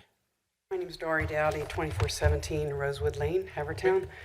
I've attended most of except the September 28th, 2021 Planning Commission meetings, and I've addressed, and I'm glad that you're here, Mr. Berman, because I had mentioned that the newsletters that I've received, even at least in the printed form ones of the ones with, this is your newsletter, right? Looks like it, yeah. Yeah, okay. So in the span of time that I was able to find printed copies, because the website only has the current issue, you can't go back and actually find archive issues unless you go back to ISSUU, who used to be, I guess, the Franklin Maps. This is not your current one. But I did not see in the fall of, maybe I should ask you this. I looked through, I have fall of 2021, spring and summer of 2022, and fall of 2022. And nowhere in any of these three, I've scoured them, does it mention anything about the review of the April 14th, 2022 comprehensive plan. So I know that you had said it, and I did happen to notice it once, probably back in 2019. I found the front cover on some place that was, the whole thing is not available. So for whatever reason, I know you want to try to get people not to get, so I guess, slap my hand for cutting down some trees for this, but I'm glad I had these because there's no way to get these online anymore. They're not available for anybody to see what has been publicized and what has been advertised as being, available for us to go. And you do have on the back, which is great, a schedule of events. And these timeframes on the back do indicate the times that the Planning Commission had been meeting on September 28th, the June 9th, June 23rd, July 14th, August 11th. I've been to all of them, but was it that you couldn't actually tell? I mean, if these meetings are so important for the public, the residents, the businesses to be attending, why couldn't it be on something that was being delivered to the homes so that people and residents and maybe businesses who are also homeowners here would also be aware of it? I'd like to know, since I'm here in front of you, to ask you if you could answer that, because I don't really understand how it's not in these newsletters when Kelly has mentioned it's in the newsletters. You just mentioned earlier that it was in the newsletters, and I don't see it when it actually mattered, when you actually were coming back to surface after COVID. I understand there's a break, but when it did come to being resurfaced and there was a draft plan on April 14th of 2022, it shouldn't have been like, hey, we're back on track now, and let's get back on getting you involved. And nobody heard about it. And we keep on saying, oh, you must not be, must have been out of the country for 6 months, or maybe you're living under a rock, or, these kind of things are not very nice when you're coming to the Planning Commission and being forthright and saying, hey, we didn't know, and we'd like to have known. I certainly would not say you're living under a rock. You've obviously done the work to look at the newsletters that you had at your fingertips. You're pointing out you're making a very good point. We're doing our best to give you the information that we can when it is available, and for whatever reason, it didn't make it into those most recent copies of the newsletter that you're pointing out. That's true. Also, I appreciate your comment about not archiving those. So if we do not, we should. That's certainly easy to add that to it. So it doesn't cost any paper usage. Right. It's just I data. agree with you as well. Yeah. So the other thing I was going to mention too is there is something that was kind of shocking because we were all thinking that it was going to happen. I did a printout of, the meetings for the Planning Commission, and September 8th, which was last Thursday, is listed, and then it says for September 22nd, which is, countering what maybe it's not gotten through the grapevine or whatever, but it says no meeting on, and I just did a screen capture of it. I got it from, and it says no meeting for September 22nd. In my mind, I thought, okay, but there's no reason given, and I'm coming here to say, yeah, so this is a disconnect or something. I'm not sure. It certainly is a disconnect because I haven't seen that on the website, and I'll take a look for that. But yeah, I can give you a copy of this. Is just right from today. Today I printed this out, so it's in the lower right-hand side there. That's 9/22, and you're correct. It says no meeting. And it didn't say that before, so. Thank you for that. Mm-hmm. We'll make sure that gets addressed appropriately. And the only other thing I have is I did go to the Brimford Civic Association website, and they did have a flyer mentioning your September 22nd and your September 28th of 2021 workshop at the Crack live and virtual meeting Zoom call, and it asked a couple of questions and everything. So, I mean, this flyer, I never saw this before either. Do we have to, and this has been mentioned in a couple other meetings, do we have to belong to some of these little special groups, these little organizations in order to be able to get this information out? I mean, it says, find the invitation here or reply via an email to the comp plan at Haverford Township Organization, ORG. I just feel like we're kind of being excluded from, if we're not part of these special little groups, how is it that the people that are mostly affected by this comprehensive plan in those two main corridors, Harford Road and Eagle Road, we're not given this special kind of little invitation, to kind of include them. Nobody knew of 78 to 78 to 80 businesses approached on Harford and Eagle Road. Only 2 people knew, and they were the only 2 people that were in attendance at the July 14th meeting. So 78 out of 80 is not many businesses to have known that the comprehensive plan was actually being revitalized and be talked about to have them come to give input to. So I'm just a regular resident here, living here for 29 years as of yesterday, and I'm just unhappy that the communication isn't better to not blindside our businesses and maybe even our citizenry about something that's going to be happening that will affect us all. I understand your concern. I will point out that we're still in the process, so there is an opportunity to give the productive public input into the plan that has been drafted. We would love to have that input, some written comments, some verbal comments that actually say, this is what we'd like to see. Rather than saying, don't adopt the plan, what is it that we've missed that you would like to see, and point that out to the Planning Commission and to the Board of Commissioners. Right, and speaking of that, the public comments that are received by emails and/or letter, is that public for everyone to see? Can that be made available on the website somehow, that we can actually view these? Because unless we go to these meetings or we watch all the videos, we don't hear from the person's mouth speaking into this microphone that letters have been received. They do get read, but they're kind of read with like, okay, well, that point or that point, but it's not actually read out loud. I mean, that was something I was hoping to have when those have been reviewed. So maybe I did get your request for those. Oh, and wonderful. We're pulling that together. Okay, great. Thank you. Thank you very much. Yep.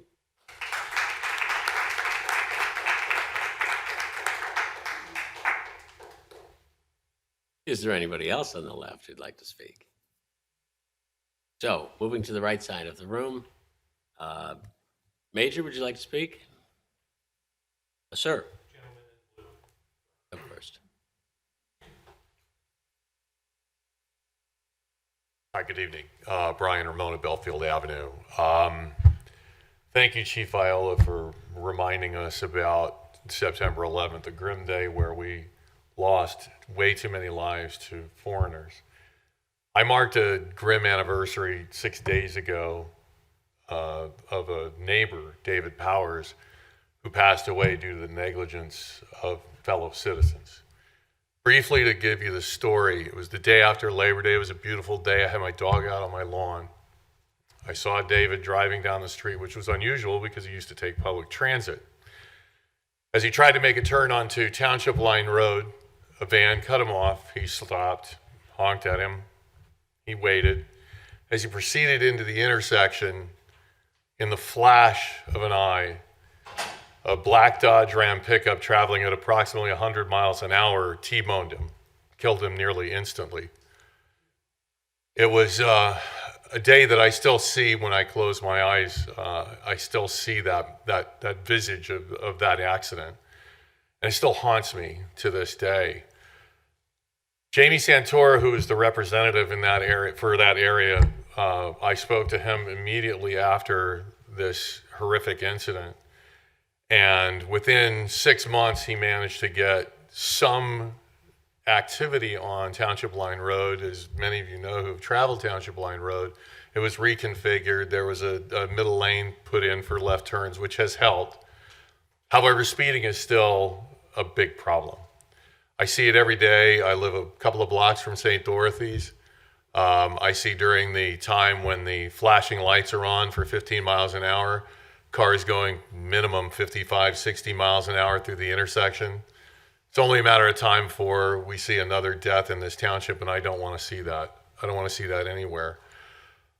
One of the things that we pushed for at that point was the inclusion, and the gentleman who spoke earlier about the traffic devices and the ability for police to control traffic speeds. One of the tools that they cannot use is radar.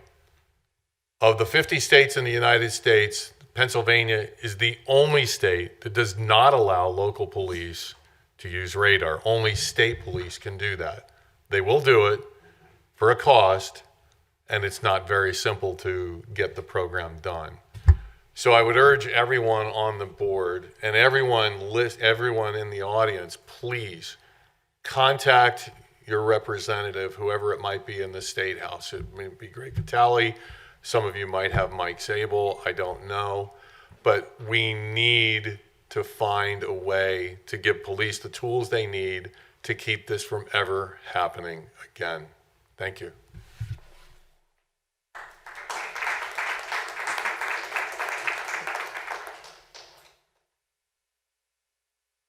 Brian, I'll point out that all our residents now, Representative Vitale is the person to go to. We've been redistricted back there. So.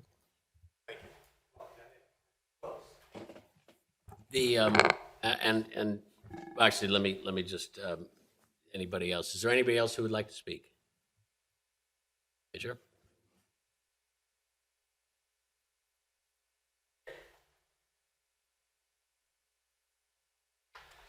Yeah, Major H. Ross Peterson, United States Army, retired. I live on Murderwood Drive, Haverford Township resident quite a few years. I spoke with a lot of Haverford Township residents, and I asked them one question. How do you think your Board of Commissioners are representing you? And I get a few affirmative responses, but I get more negative responses, And Democratic Mayor of New York, Ed Koch used to say, how am I doing? That was his way of kind of finding out what people thought of his job performance. Well, for some of the Haverford Township commissioners, I don't think you're doing so well, okay? After more than 70 years of reign as a royal monarch of United Kingdom, it's come to an end with the death of Her Majesty Queen Elizabeth II. I'm reminded of the letter that she delivered to the subjects concerning the celebration of her Platinum Jubilee. Her note concluded with the most powerful two-word phrase that exemplifies the greatest form of demonstrated leadership. Those words were, "your servant." Okay?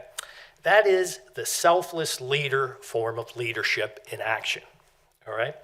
Although leadership knows no territorial boundaries, the same cannot be said for governments. Now, what was Queen Elizabeth II's is now King Charles III's United Kingdom form of government, and it's far different from our own. But despite what I hear on television from the mostly highly credentialed and lowest intellect hosts, the United States of America is a constitutional republic, and it is not a democracy. As Jim Balk, my high school world cultures teacher and baseball coach would say, democracy means mob rule in Greek, and the rights of the majorities are trampled on by the mob, the majority, end quote. So those touting democracy or the fearful destruction of democracy should be asked, why are you so hateful of minorities? Now, we've got a nationwide survey that almost 75% expressed the opinion that the country is on the wrong track. I'm sure the same consensus exists in Haverford Township. Further nationwide surveys identify the greatest concern affecting Americans is inflation. It's at a 40-year high and in double digits of 12% or higher. And the late great economist Milton Friedman stated, it's not caused by producers, suppliers, or consumers. It's the result of poor government policies that result in too many dollars chasing too few goods. It's making everyone poorer. Bill Gates, Mark Zuckerberg, Jeff Bezos, Elon Musk, and with a much greater impact, the residents of Haverford Township. It impacts Democrats, independents, and Republicans. This unprecedented level of inflation did not exist prior to January 20th, 2021. First, we were told inflation is good by the current administration. Then we're told it's transitory. And 12 months after it's transitory, it didn't seem to abate. And today it continues. No one can escape it, not even Haverford Township residents.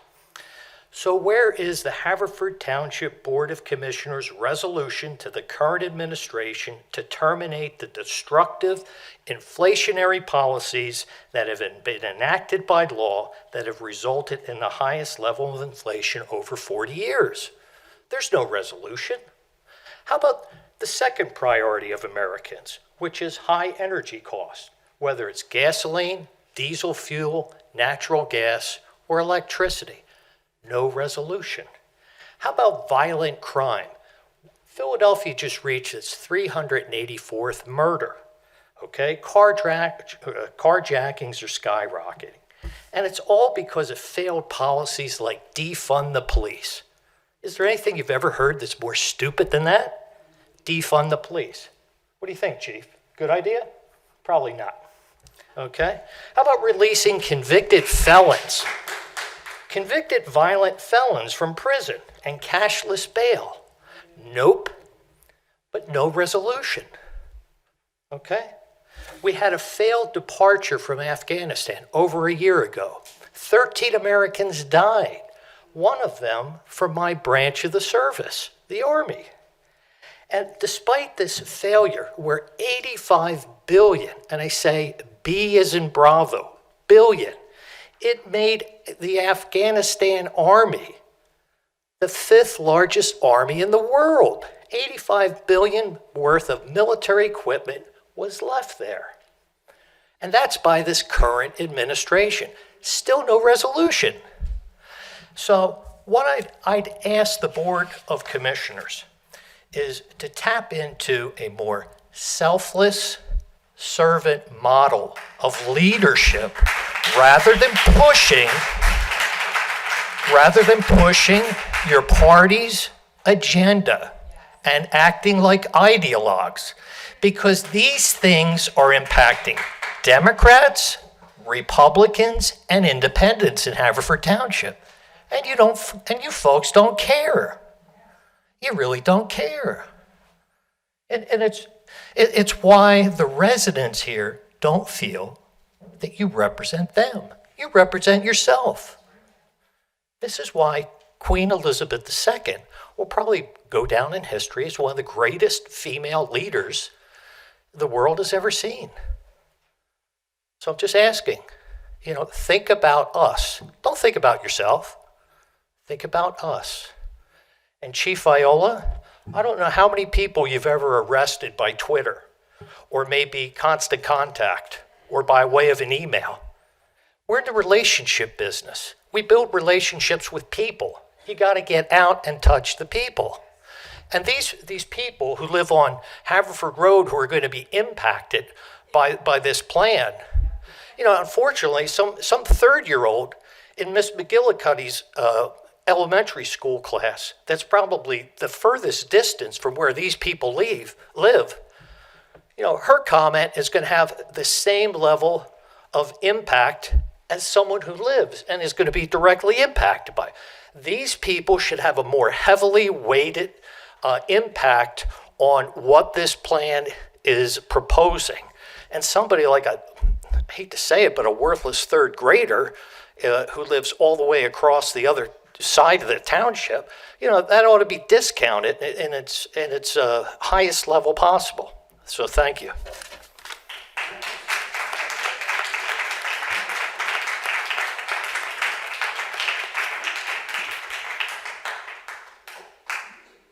Anyone else? Okay. We now move on to new business. Is there any commissioner who would like to propose any new business before the board? Mr. President, I just wondered if we could get Chief Viola to respond to Mr. Wilson's concerns about the 15-mile-an-hour. Thank you for that reminder. Yes, Chief, obviously a great deal of data was presented, some ideas, 10% plus 2 and a number of other things. Would you respond? Yes, I don't have all the questions the gentleman spoke about. I'm sure you wrote a few of them down. But as far as our enforcement, we have to enforce 10 miles an hour over the speed limit, not 5. That's for the state police. So there is a difference. The calculation, I'm not sure where that calculation came from. The gentleman referred to, I'm not sure that. I spoke to Deputy Chief. We're not aware that our requirement is 10 miles an hour over the speed limit. Is the gentleman still here, by the way? Did he leave? There you are. Thank you. As far as those signs that you referred to coming down after we did the speed check or survey down there, that was merely coincidental. We had started that program about 2 years ago to make all the signs universal, uniform throughout the township. There were 15-mile-an-hour signs, there were 20-mile-an-hour signs, 25s. They were over the years kind of haphazard, just what happened. So Dave and myself and the deputy chief started working on that through a uniform, go ward by ward, and start removing the signs with the proper placement and the proper speed limit. Now, you had said about making them legal or illegal. Our goal is we're working on it now. There's an ordinance for each street. You can't do a blanket ordinance of 25 miles an hour. So it has to be for each ordinance street that has that speed limit on it. So we're working on that. It'll come before the commissioners in a few months once we have that squared away. And then we will have rescind those ordinances at 15 or 10 or whatever they are and make them all 25 miles an hour. And some streets don't even have ordinances. So we're working on that to, I guess, codify that to make it correct. Help me out with some other questions the gentleman had. And I apologize if I just distracted myself and didn't hear what you just said. Is there value to putting a 15 up when it's not No, enforceable? we're not allowed to. Or is there I'm not danger? sure the information you got. I don't know what Mr. Vitale's office told you, but we and myself and Mr. Berman, we did some extensive research on it, and it is for school zones. So that's why those signs have been changed, because it is very, very confusing. People see 15 one street, 25 another street. So we're, like I said, we're just following the municipal code, I guess it is, right, Dave? Is that correct, from PennDOT? We're following PennDOT's guidelines and the manual on uniform traffic control devices. That manual's like a Bible, so we follow that. We do a lot of research before we put signs up or take signs down. Joe, is there anything else that, sir, did I miss anything? If I may ask that question, Commissioner? I think you did. Chief, let me ask, is it worthwhile for us as a board to once again address at the state level the need for our PD to be able to use radar at the local level? Yes, and the Pennsylvania Chiefs of Police, the Delaware County Chiefs of Police, and many other organizations have been before our state legislatures many, many, many times, and they continue to turn us down. Why, we don't know. Some legislators have made statements that the smaller towns or the boroughs or townships will be using it as a moneymaker, and nothing could be further than the truth, because townships get, how much, Joe? $10? We get $12.50. We get $12.50 out of it. All those fees are state fees. You know, the misconception that townships write tickets to make money, it's merely to enforce the law. There's no money to be made of a moving violation. So, but yes, I would encourage and I would ask. I know this board has done this before, Yes, we have. and we will happily do it again. Yeah, I just and we'll put it in consideration for that. it was up very recently. It kind of died a slow death again. With the exception of the money-making accusation, is there any other principled reason that anybody explains why the local governments are deprived of this? I don't have that answer, because that's all we ever hear through our chiefs of police and the Pennsylvania Chiefs of Police. Now, Chief Dave Splane is the president of the Pennsylvania Chiefs of Police this year. He's local, so hopefully we can maybe get some work done. I will talk to him tomorrow to see what his thoughts on the matter are. Thank you, Chief. Did I answer your question, sir? I would like to find out the PennDOT regulations. We'll talk to you afterwards. Okay. Anybody else on the board have any new business? We now move to other business. We will go in order. Commissioner Gondik. Welcome everyone back from their summer travels, plans, and so on. I do actually have some announcements today.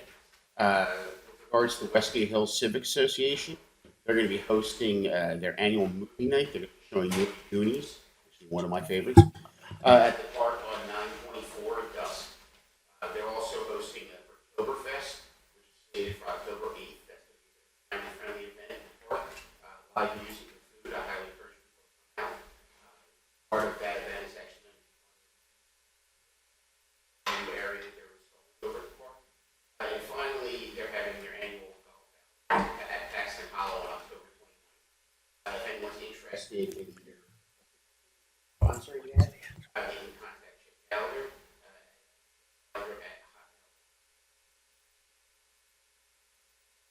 Just be conscientious of kids going back to school. Thank you, Commissioner Gondik. Commissioner Forresty Grubb. Thank you. Police Chief, thank you for those words that you spoke about 9/11 and remembering what happened on those days in New York, in Washington, D.C., and then in Somerset County in western Pennsylvania. I'm a school teacher, and we had our moment of silence last week.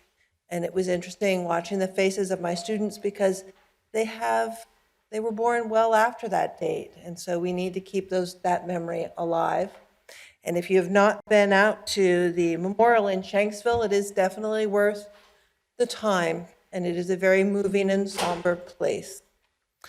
It's not a graceful transition, but I will transition that the Haverford Township Free Library had a very successful summer program where they had in-person programming for students with craft nights and pajama story times in the children's room. They hosted a Science in the Summer program in the library. They had an exciting summer reading club where over 300 children participated. They are in the process of planning many more programs for the fall, which will be open to teens, tweens, and children. And so I hope that you will take a look at the Haverford Township Free Library and see all the many ways it enhances our lives. Also at the library on September 22nd, there's the 12th annual business breakfast from 7:30 a.m. to 9. So lots of things going on in our township, and I hope that you'll take advantage of them, and I hope everyone has a good September. If I could actually jump in, I apologize. I was just told that when I spoke and gave the announcements for the Westgate Hill Civic Association, while everyone in this room could hear it, no one who was watching it could hear it because my microphone was off. Could I have 10 seconds to just reiterate? The floor is yours, Commissioner Gondik.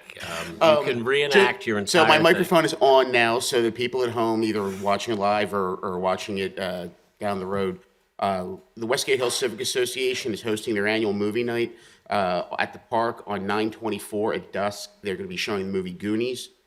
They're hosting their Bricktoberfest on October 8th at the park with live music and food. It's a very family-friendly event, and it's going to be utilized as a fundraiser for a new section of the park that they're in the process of building. I highly encourage people to go out to it. And finally, they're having their annual golf outing at Paxton Hollow on October 29th. If you're interested in participating as a golfer or sponsoring the event, please reach out to Chip Gallagher at chipgallagher@hotmail.com. Hopefully everyone heard that one. Thank you. Thank you, Commissioner Gondik. I think it was even better the second time, Brian. I just want to. I think we should hold him over for a couple of weeks. Yeah. I just certainly appreciate everyone's comments tonight. I just wanted to announce we're going to start advertising this week on Thursday, September 29th at 7 o'clock. Commissioner Trombetta and myself are going to host a 3rd and 4th Ward Town Hall. It'll occur in this building. We'll certainly give any updates on the library renovation, and I'm sure the comp plan will come up as well. Also discuss some issues involving traffic calming, but I appreciate Commissioner Trombetta being willing to do this. In the past, with her predecessor, Commissioner Siegel, we had some very successful town halls, given that our wards tend to share some of the areas around Eagle Road and Paddock Park area. There's a lot of similar discussions, and having 2 commissioners present, along with, we'll also have representatives from the township who can give informed information to everyone. So if you are a resident of the 3rd or 4th Ward, or if you just, like Commissioner Trombetta and myself, you're more than welcome to come on September 29th at 7 o'clock here. I did want to mention Murderwood Park Civic Association is going to have their next meeting on September 20th. At 7:30 for anybody that can attend. And then on October 2nd at 1 o'clock in Murderwood Park, they're going to have the Eagles game on TV, and they'll have some food and pizza and pretzels and stuff like that for kids, and they'll have a TV set up underneath the pavilion. So if you can come, do. And as everybody has mentioned, we've talked at the last several meetings in terms of efforts that we need to achieve in terms of traffic calming. Obviously, schools are back in session. Kids have various sports practice or music lessons. Please, as I've mentioned it here before, even if you're going 25, I guarantee you that the parent on their front lawn thinks you're going too fast. So if everyone could just take a breath, you'll get to wherever you need to get to and slow down. You'd help out your fellow neighbors. And that's all I have for tonight. Thanks. Thank you, Commissioner McCluskey. Commissioner Cavender. Thank you.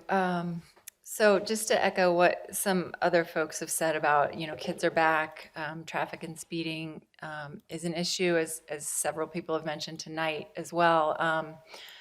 And in that light, I want to highlight the Brimford traffic study that Dave Berman is starting. That's going to serve as a template for the rest of the township to address a lot of these issues that have come up tonight and that we know are issues that come up over and over again. So I just want to thank him for thinking about that and say that I hope it can really benefit the township. September is Suicide Prevention Awareness Month. It's a time to advocate for better mental health care. There's a new 988 number, which is a mental health hotline. It became available nationwide earlier this year. You can call 988 and be hooked up with a mental health professional 24/7. Two events in the Fifth Ward that I wanted to mention. On the same weekend, we have 2 5Ks, the Saints Stomp for Saints Coleman and John Newman on the 24th. That's on a Saturday. The race is around the neighborhoods near the school, around Coopertown. I was walking around down there earlier this month and lots of signs are out. It's a really great run. They have a fun run and then they have a 5K. So great Ward 5 event. And on the next day, the Andy Lewis 5K will be taking place on that Sunday. I'm curious as to the route. I don't know. I'm sure it'll be partially in the Fifth Ward, but that is called Take the High Road. It's sponsored by Discover Haverford, and I hope to see folks out there for some health and community time together. And that's all I have. Thanks. Thank you, Commissioner Cavender. Commissioner Quinn. Yes, thank you. I heard tonight about communication, and I think that is a big thing. And I know that all of us on this board try our best. I remember when I was sworn in, that was what my goal was, to keep everybody informed. So the first week I sent out a postcard to everybody in my ward to join my list. And 35 of them responded back. So that went out to everybody.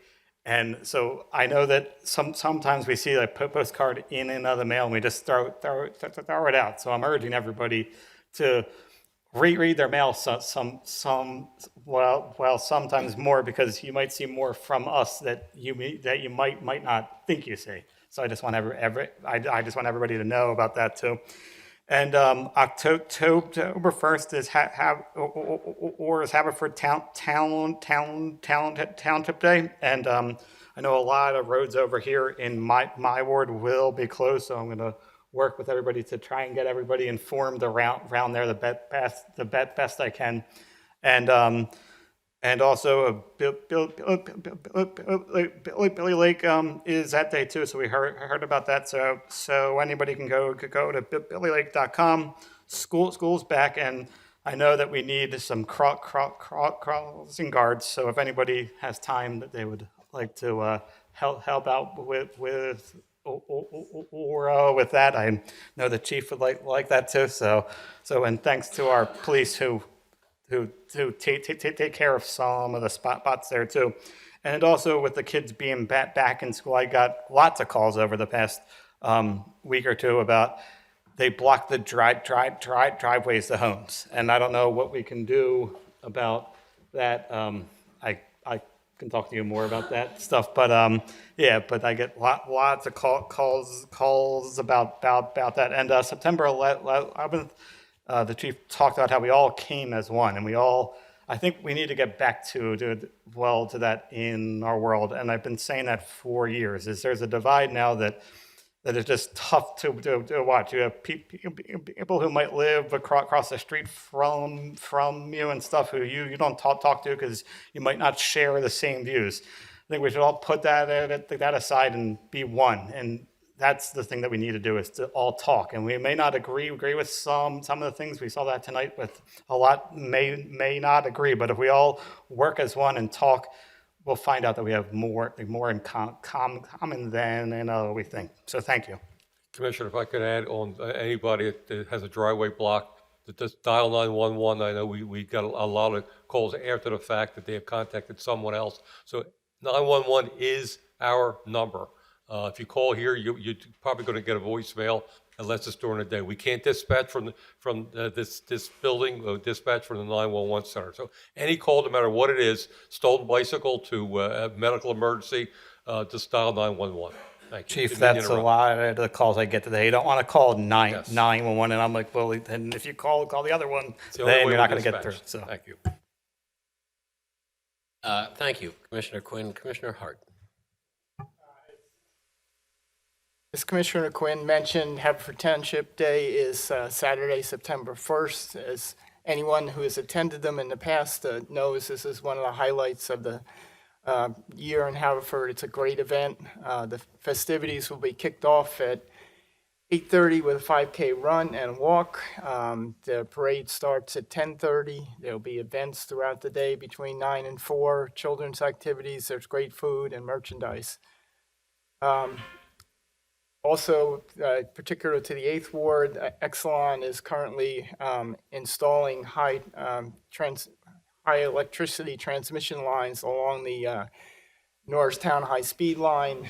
There's a lot of heavy equipment. It's a project that needs to be done, but you will notice some disturbances in the area. I think the work should be done sometime next month. Work should be beginning soon at the Grange on the tennis courts. The upper courts are going to be recoated. The lower courts will also be recoated, but will be turned into 3 pickleball courts. And lastly, I just wanted to thank all my neighbors and Haverford residents who reached out to me and my family last month with my wife's passing. That was greatly appreciated by both myself and my family, and it's the kind of response that we've come to expect from Haverford. Thank you, Commissioner.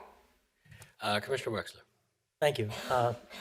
Specific to the 6th Ward, I also said we're putting 6 pickleball courts at not 3. So my residents are greatly interested in that, especially the beginner pickleball place. But specific to the 9th Ward, the Bonaire Civic Association will have their quarterly meeting on September 22nd. It takes place at the Bonaire Fire Hall, at the meeting hall. It's also my quarterly meeting where you have an opportunity, if you're a resident, to come and get updated on anything that we put out and also ask questions of us.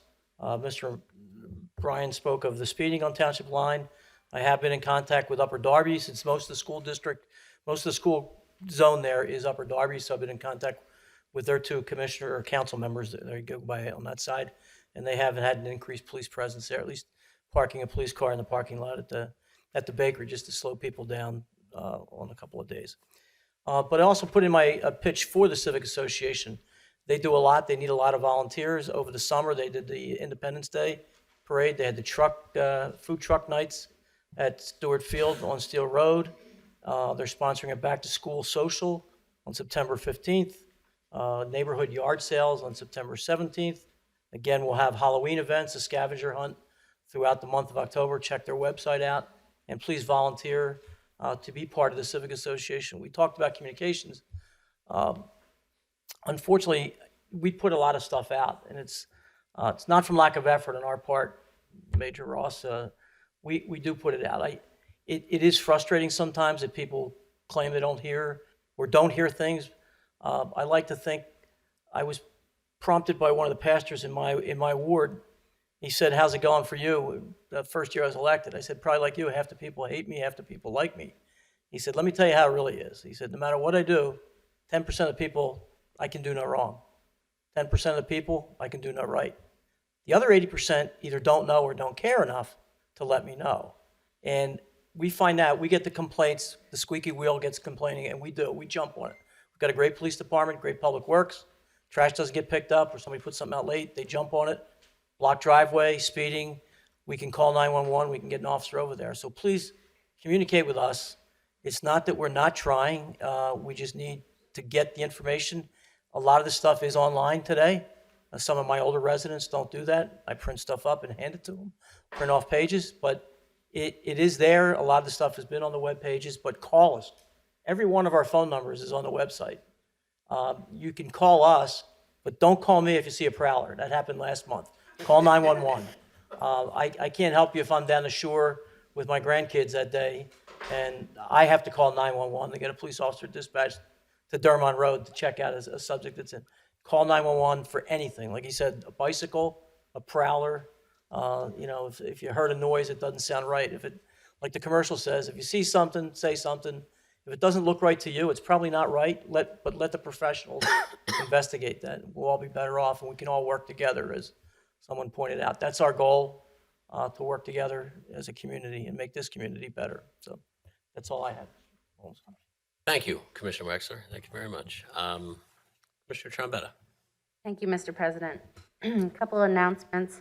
Paddock Farm Civic Association is having their movie night on Saturday, September 17th. That's this Saturday, 7:15 p.m.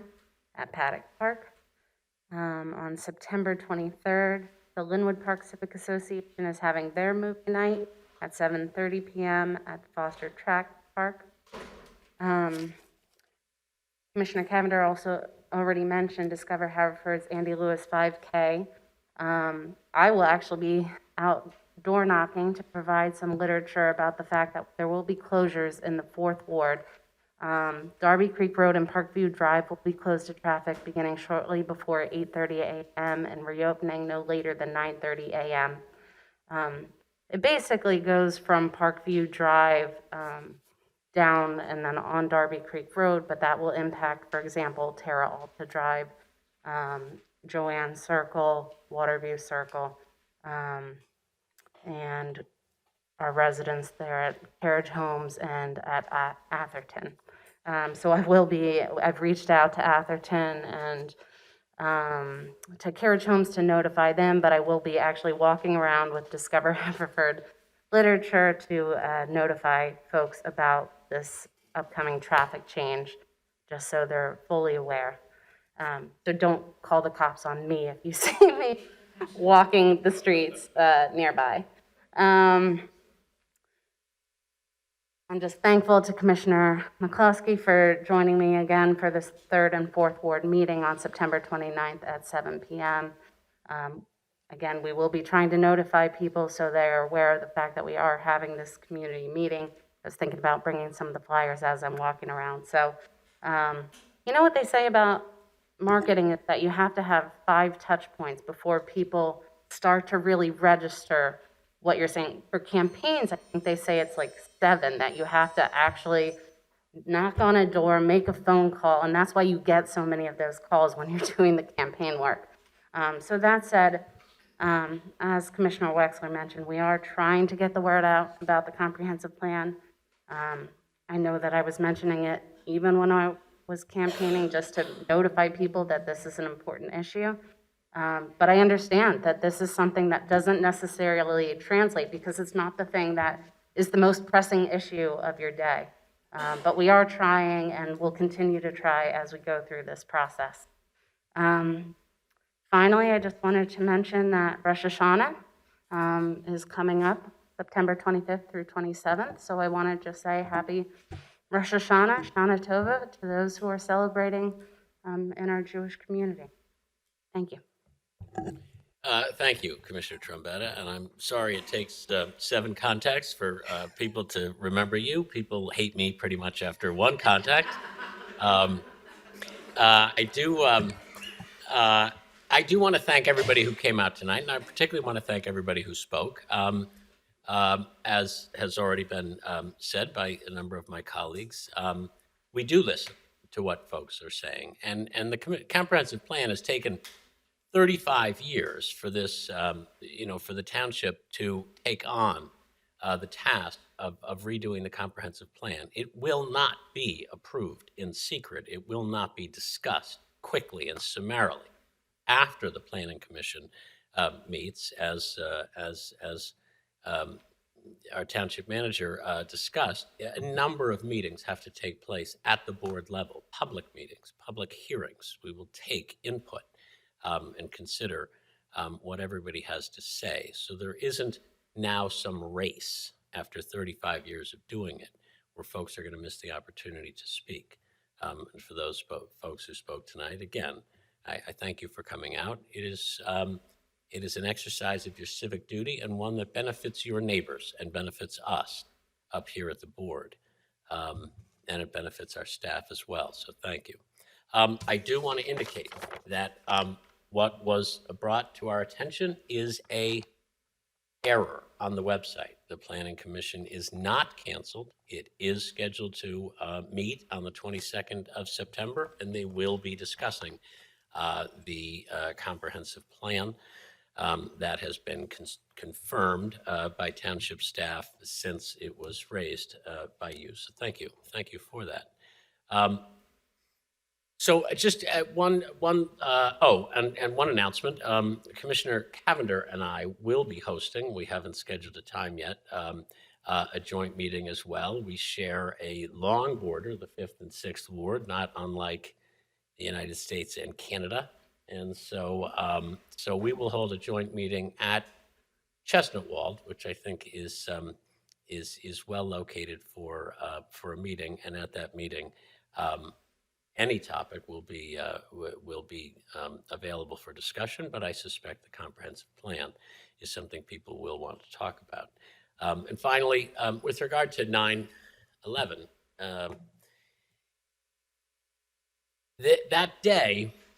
that day revealed a level of villainy that none of us were prepared to absorb that day. We now live in a world after that day where we face the fact that people can commit horrors, as those 19 horrible terrorists committed on us.